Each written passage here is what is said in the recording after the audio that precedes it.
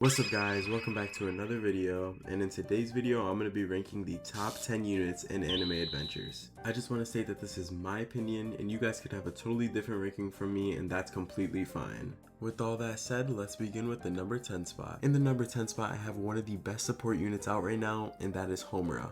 Homa at the time of this recording is currently unobtainable. The only way you can get her is through trading. The thing about her is that she is one of the most valued units in the trading market, making people overprice her since she is a necessity in some tournament runs. The thing that makes Homa so good is her ability to time stop and how short the cooldown is for her when upgraded. And another thing on top of this is that the cooldown is not universal, so you could use the ability with one and then use it again with another with no universal cooldown. Though you cannot spam the time stop because the units gain a freeze iframe, allowing them to not get frozen until the time has passed. So this is a unit you do not want unique on, since she will only have one time stop.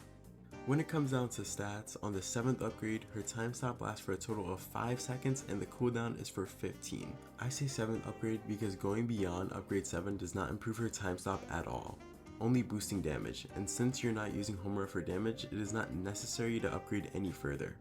And don't get me wrong, I said tournaments in the beginning, but she is good for any type of form of content. She will always be necessary with that time stop.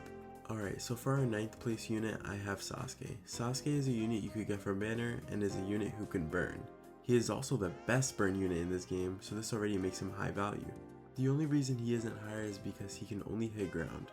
But don't let this fool you, his damage is insane, probably one of the highest hitting meta ground units in the entire game.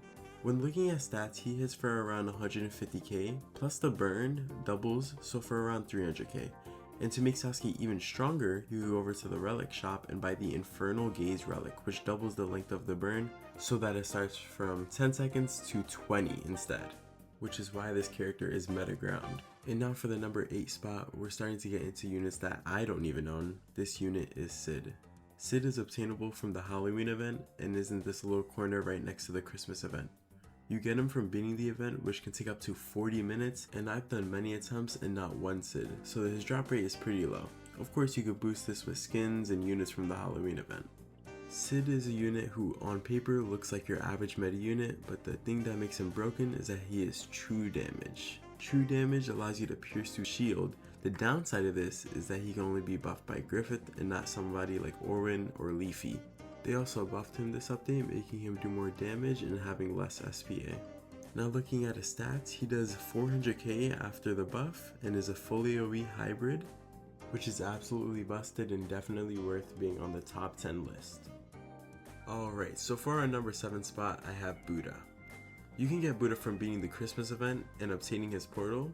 One thing about his portal is that it is a lot more rare than the Dark Mage portal, and it is also a lot harder, having 6 constant paths of enemies and it goes up to 30 waves. This is probably one of the hardest forms of content there is in this entire game, so it makes sense why this unit is on the number 7 list. The stats I'm going to read are all from this guy on the wiki, since the actual AA wiki for the Buddha is not up yet. When looking at his stats, he is doing around 220k, but the interesting about him is his ability. When you get to use a Buddha's ability, it changes his stance. This changes his AoE and his damage. His base stance is called Balance Posture, making him do 220k and having incredibly low SPA with a small AoE circle though. His next stance is called Heavy Posture, and that has him do 220k base damage, but it adds bleed onto his attack. It also gives him a bigger AoE circle, but heightens his SPA. And for his last posture change, it is called Air Posture and makes him do a total of 300k damage, as well as making him hybrid, but it makes him a line AoE. The posture change also gives him a solid 60 range with a slightly high SPA. If you don't pull him this update, I highly recommend you trade him in for the future. I feel like this guy is very fun to use and has a lot of potential in most content. And for our number 6 spot, I have Alucard. This unit is obtainable in the Halloween stars and is a 1 in 40,000 chance to get, so good luck trying to get him. But for the lucky few of you who have, you have one of the best spawners units in the entire game. What makes Alucard so special is his ability to summon allies that have a ridiculous amount of HP when using his ability. And this ability can be used multiple times.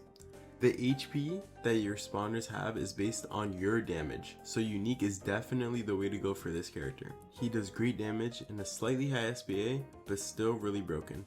The one bad thing about him that doesn't make him higher is that he is not full AoE. A unit who is full AoE and hybrid though is Dark Mage, and that is who I have at my number 5 spot. This unit, like Buddha, is obtained through a portal you get from the Christmas event, but he is less rare, so I actually have a chance to pull him.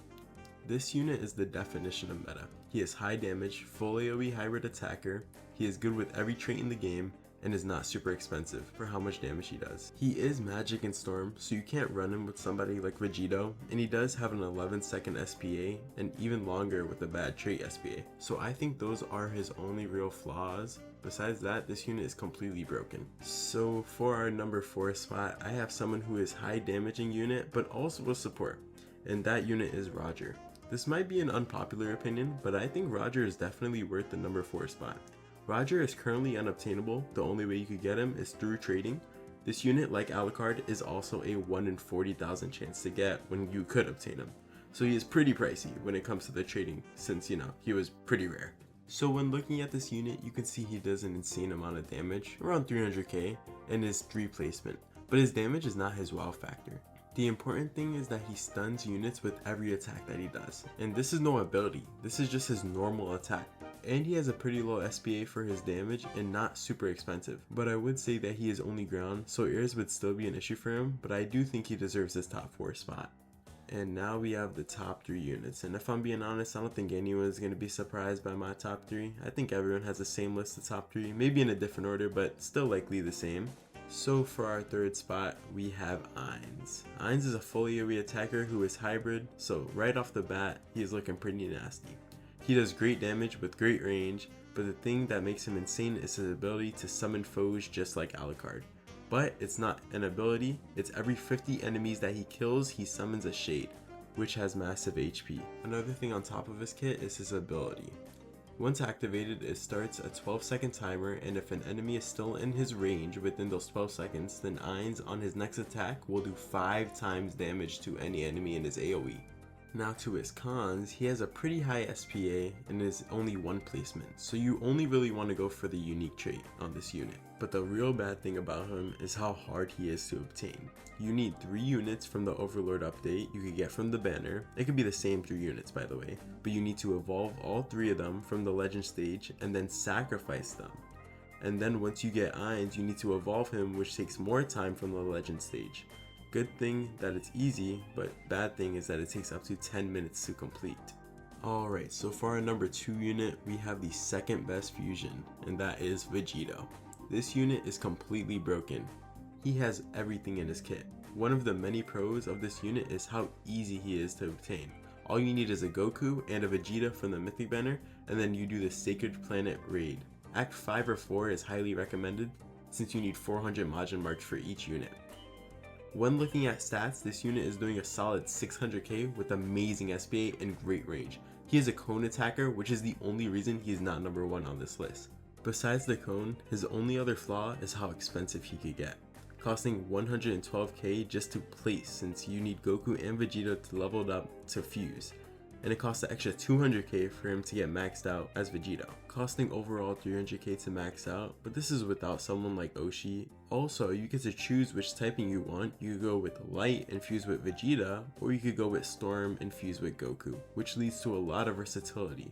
Also, Vegeta takes both traits from each unit, so this could lead to an already overpowered unit having something like double unique.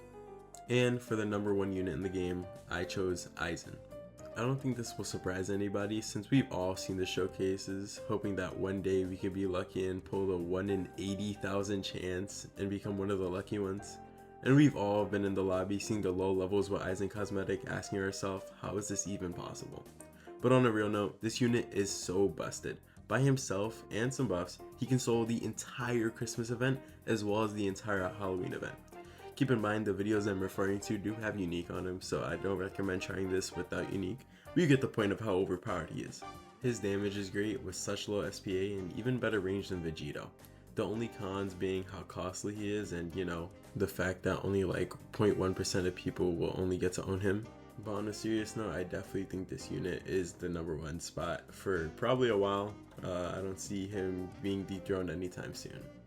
But that's all for the video. I also wanted to note that I did not add any buff units like Griffith or Idol or any money makers on this list like Bulma, since they would take over the entire list. But besides that, I hope you enjoyed. Have a good night.